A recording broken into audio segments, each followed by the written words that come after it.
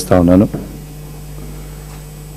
వాస్తవంగా మొన్న అసెంబ్లీలో అయిన విషయం ఏ విధంగా ఈ కాంగ్రెస్ ప్రభుత్వం రేవంత్ రెడ్డి గారు కానీ వారి మా సహచరుల ఎమ్మెల్యేలు కావచ్చు, కాంగ్రెస్ పార్టీ ఎమ్మెల్యేలు ఏ విధంగా అసెంబ్లీలో పూతులు తిట్టిరో మీ అందరూ కూడా చూసిండ్రు. అసలు ఇది నేను అదే రోజు మాట్లాడాల్సింది, కానీ మా సీనియర్ శాసనసభ్యులు అందరూ కూడా మాట్లాడారు కాబట్టి ఆ రోజు నేను మాట్లాడలే. అసలు సబ్జెక్ట్ ఏంటిది, అసలు ఆ రోజు అయిన సబ్జెక్ట్ ఏంటిది, మీరు మాట్లాడేది ఏంటిది? ఆ రోజు సబ్జెక్ట్ ఏముండే? గౌరవనీయులు పెద్దలు హరీష్ రావు గారు ఏ విధంగా పొంగులేటి శ్రీనివాస్ రెడ్డి గారు రేవంత్ రెడ్డి గారు కలిసి ఏ విధంగా వందలాది కోట్ల రూపాయల మైనింగ్ స్కామ్ చేస్తున్నారు అనేది ఎవిడెన్స్తో సహా ఆనాడు సభలో హరీష్ రావు గారు పెట్టడం జరిగింది. అసలు మైనింగ్ స్కామ్ ఎందుకు చేసిర్రు? అసలు మైనింగ్ అనేది రాఘవ కన్స్ట్రక్షన్స్ అనే కంపెనీకి అసలు పర్మిషన్ లేకుండా మైనింగ్ చేసింది ఎందుకు? మరి నోటీసులన్నీ మీరు ఇచ్చిరు కదా, మరి ఎందుకు యాక్షన్ తీసుకుంటలేరు? ఖచ్చితంగా మీరు ఈ మైనింగ్ స్కామ్ మీద హౌస్ కమిటీ ఖచ్చితంగా వేయాలి అనేది ఆనాడు హరీష్ రావు గారు మా బీఆర్ఎస్ పార్టీ పక్షాన డిమాండ్ చేయడం జరిగింది.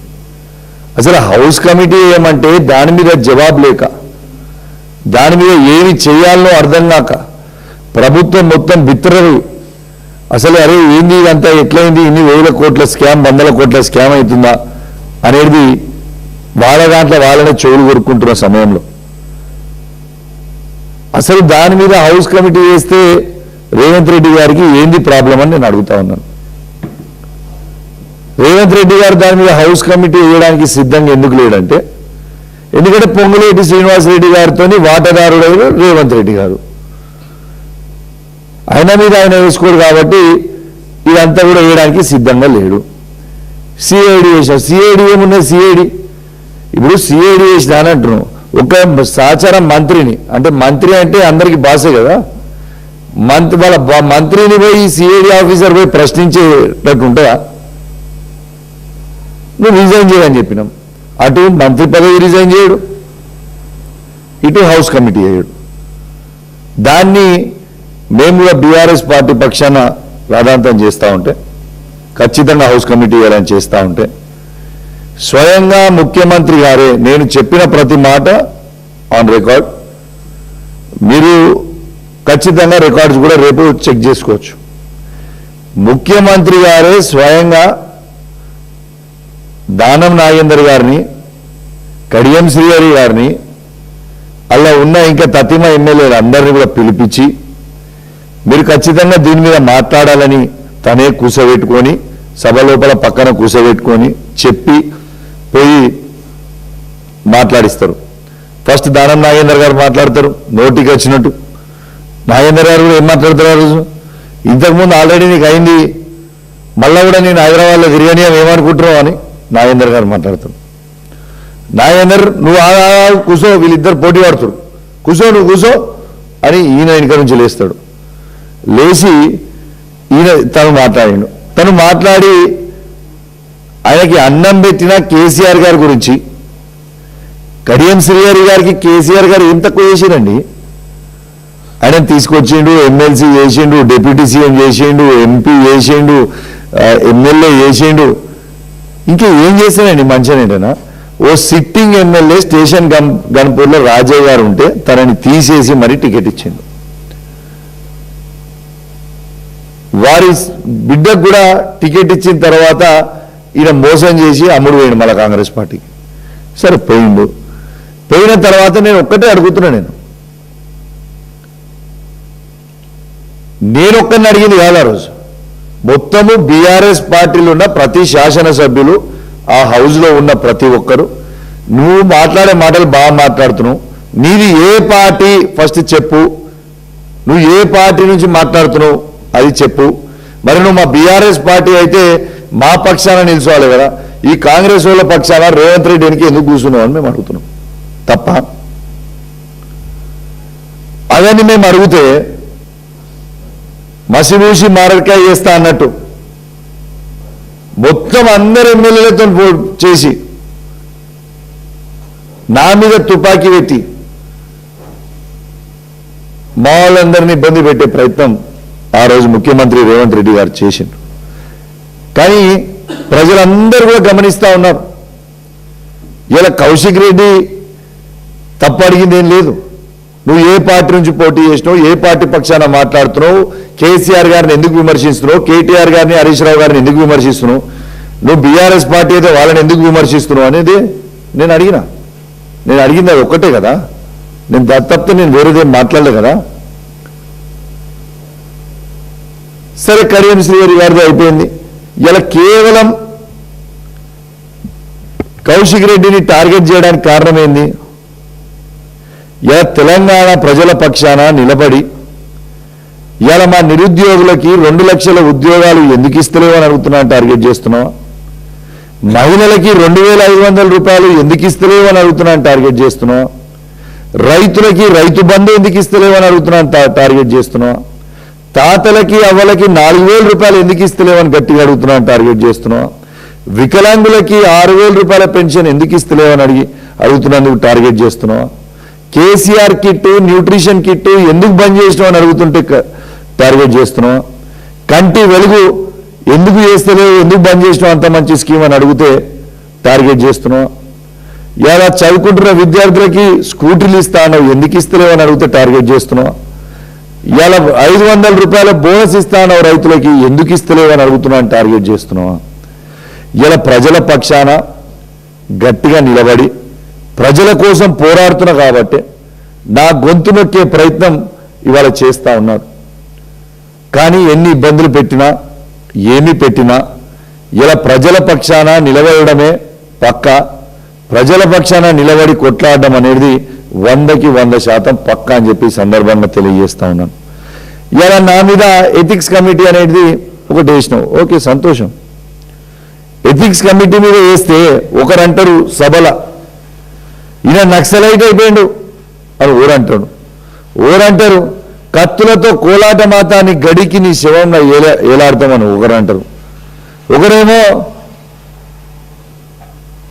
ఇక రకరకాలు, ఒకరేమో వెపన్ అంటాడు, ఒకరు ఇట్ట పెట్టి షూట్ చేసిన అంటాడు, ఒకరు అట్ట పెట్టి షూట్ చేసిన అంటాడు. మరి అవన్నీ ఎథిక్స్ కమిటీకి రావా? ఇదా నేర్పేది?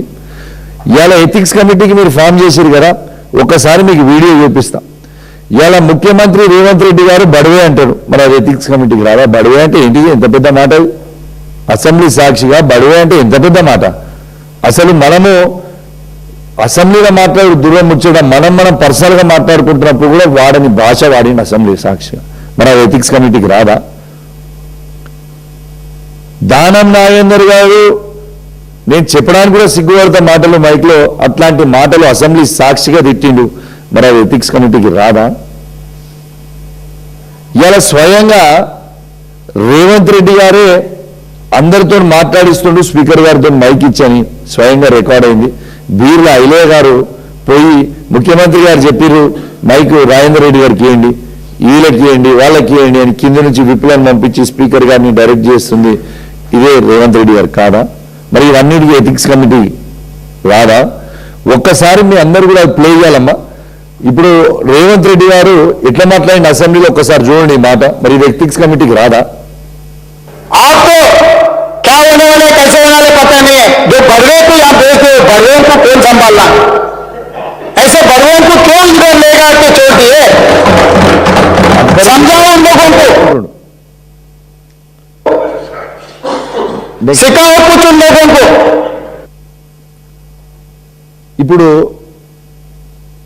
ప్లే అమ్మా దానమ్మా ఎస్ఎన్డిపి చూసుకోవాలి మా బయట వదిలిగానే కొడతామేమని ఏమనుకుంటున్నారా మీరు? మీ అమ్మ తోలు తీస్తా కొడతా, ఒక్కొక్కటి తోలు తీస్తా, ఒక్కొక్కటి చెప్తున్నా తోలు తీస్తా, బయట వదిలేని అని చెప్తున్నా నేను. మరి ఇవి ఎథిక్స్ కమిటీకి రావా? ఇంకోటి చూడొచ్చు, ముఖ్యమంత్రి రేవంత్ రెడ్డి గారే విప్ గారిని ఐలో గారిని పంపించి స్పీకర్ గారికి ఇట్లా చెప్తున్నాయి.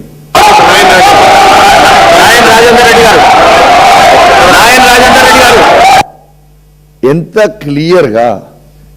క్లియర్గా మీకు కనబడతా ఉంది. ఇవాళ స్వయంగా ముఖ్యమంత్రి గారు డైరెక్షన్లు చేస్తూ కింది నుంచి పైనకి పంపిస్తూ ఇవాళ ఇవన్నీ ఎథిక్స్ కమిటీకి రావా? ఒక కౌశిక్ రెడ్డి ఒకటే ఎథిక్స్ కమిటీకి వస్తుందా? అసలు నేను చేసింది ఏంటిది? నువ్వు ఏం చేసినా ఎన్ని ఇబ్బందులు పెట్టినా భయపడేది మాత్రం ఎటు పరిస్థితులు లేదు. ప్రజల పక్షాన నిలబడి మాట్లాడుతున్నా అని నన్ను ఇబ్బంది పెట్టాలని నువ్వు అనుకుంటున్నావు.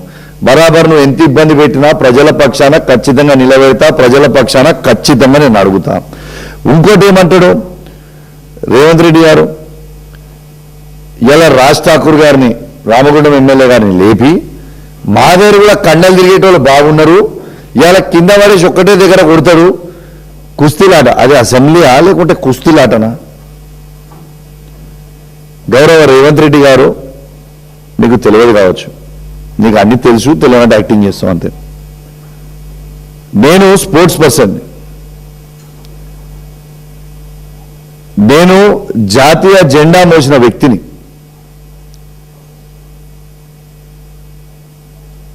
నా పర్సనాలిటీ మీద నువ్వు ఏడిస్తే నేనేం చేయాలి?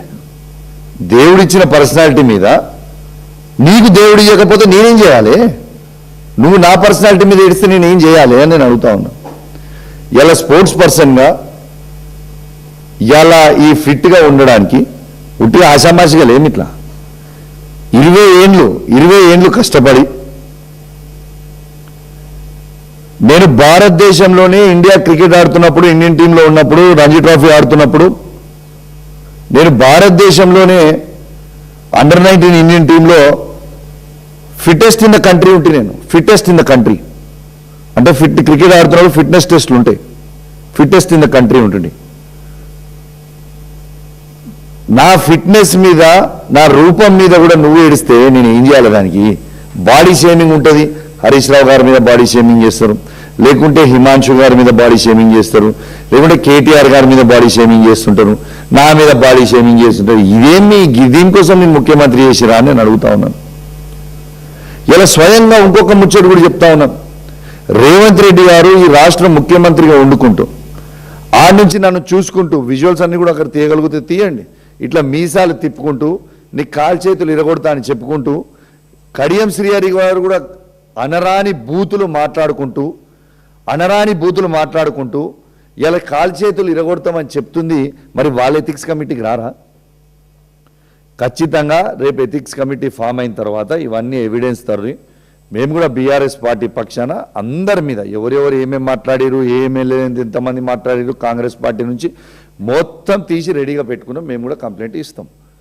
రెండోది, అసలు మా పార్టీ నుంచి ఎవరన్నా ఒక్కరన్నా ఇట్లాంటి భాష మాట్లాడినరా ఒక్కసారి మీరు ఆలోచన చేయాలని నేను విజ్ఞప్తి చేస్తా ఉన్నాను. ఇలా దళితుల గురించి మాట్లాడుతూ ఉన్నాను. అసలు నేను ఛాలెంజ్ కడుతున్నా, ఈ అసెంబ్లీ ఫామ్ అయినాక, కొత్తగా అసెంబ్లీ ఫామ్ అయిన తర్వాత దళితుల గురించి, దళిత బంధు గురించి నేను మాట్లాడినంత ఏ ఒక్క ఎమ్మెల్యే అయినా నాకంటే ఎక్కువ దళిత బంధు గురించి ఈ అసెంబ్లీ సెషన్లలో ఫామ్ అయిన ఫస్ట్ సెషన్ నుంచి మొన్నటి సెషన్ వరకు నాకంటే ఎక్కువ దళితుల గురించి అసెంబ్లీలో ఎవరైనా మాట్లాడుంటే నా ముక్కు భూమికి రాకుతాను.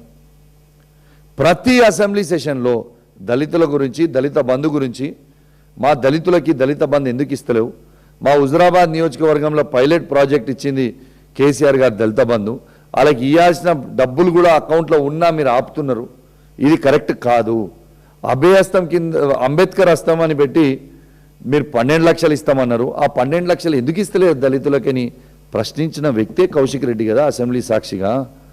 నిన్నగాక మొన్న ఈ సెషన్లో కూడా ఈ దళిత బంధు గురించి మాట్లాడింది కౌశిక్ రెడ్డి కదా అసెంబ్లీ సాక్షిగా. ఇదే దళితుల కోసము హుజురాబాద్లో మీరు దళిత బంధు ఇవ్వకపోతే ధర్నా చేస్తుంది కౌశిక్ రెడ్డే కదా. నా మీద కేసులు పెట్టిరు, నాతో పాటు దళితుల మీద కేసులు పెట్టింది కూడా ఇదే రేవంత్ రెడ్డి గారు కదా. ఇలా చేసింది రేవంత్ రెడ్డి గారు కాదా? ఇలా హుజురాబాద్లో పట్టణంలో డంపింగ్ యార్డ్ పెడతా ఉన్నారు. ఎట్టు పరిస్థితిలో ఆ డంపింగ్ యార్డు హుజురాబాద్లో పెట్టడానికి వీల్లేదు అని నేను డిమాండ్ చేస్తున్నాను కదా.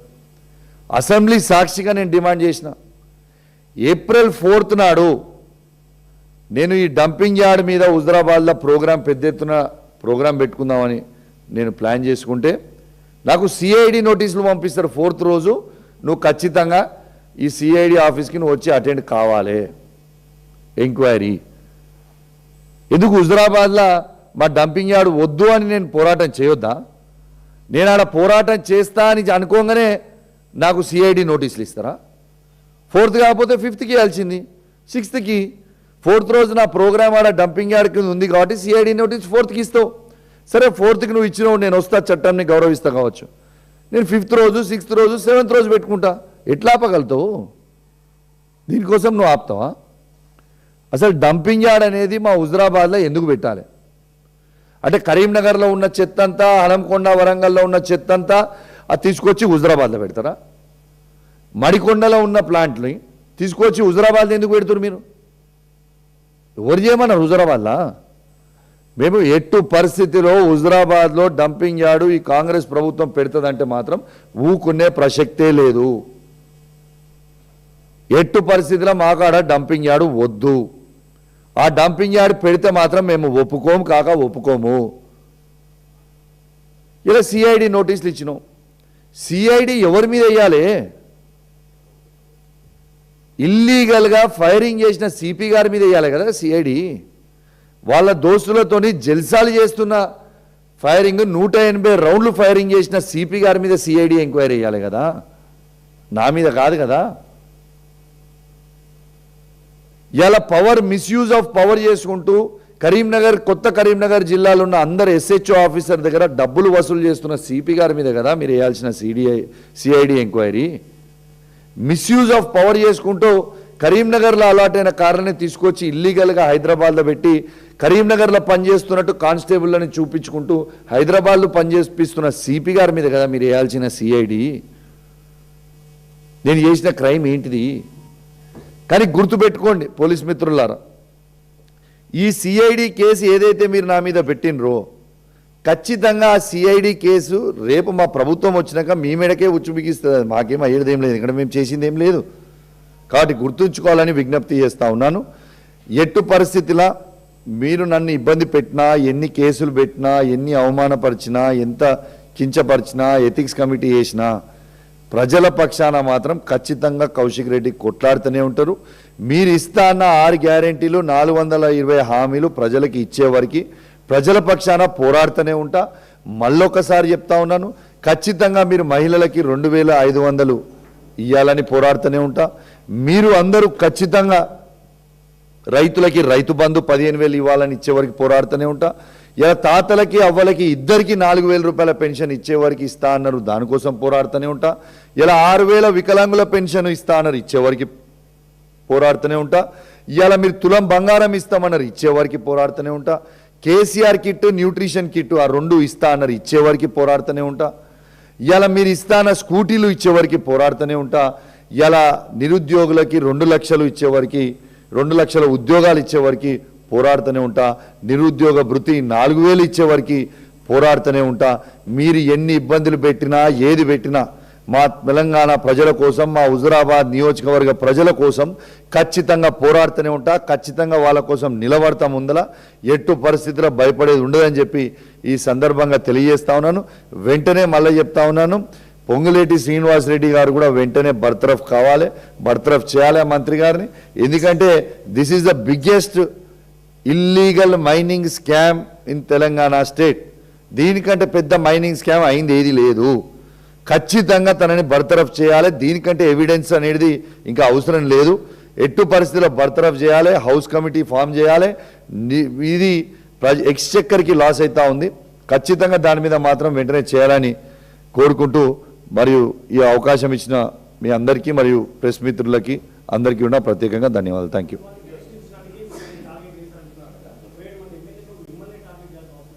మీకు క్లియర్గా చెప్తా ఉన్నాను, ఇలా మసి ఊసి మారకాయ చేస్తున్నట్టు ఇలా పొంగులేటి శ్రీనివాసరెడ్డి గారు చేసిన మైనింగ్ స్కామ్ ఏదైతే ఉందో దాని మీద హౌస్ కమిటీ వేయమని మా ప్రభుత్వం మొత్తం, మా బీఆర్ఎస్ పార్టీ పక్షాన మేము అందరం కూడా అడుగుతుంటే దాన్ని డైవర్ట్ చేయడానికి ఏదో ఒకరి తుపాకీ పెట్టి నా మీద తుపాకీ పెట్టి కొట్టడానికే చేస్తున్నారు తప్పితే 27-30 మంది ఎమ్మెల్యేలతోని తిట్టించి దీన్ని డైవర్ట్ చేయాలనుకుంటు కానీ డైవర్ట్ అయ్యే ప్రసక్తే లేదు. ప్రజల్లో అన్నీ కూడా గమనిస్తూ ఉన్నారు. ఖచ్చితంగా టైము సమయం వచ్చినప్పుడు ఖచ్చితంగా వాళ్ళకి కర్ర కాల్చి వాత పెడతారు ప్రజలు. We're just waiting for time. Thank you.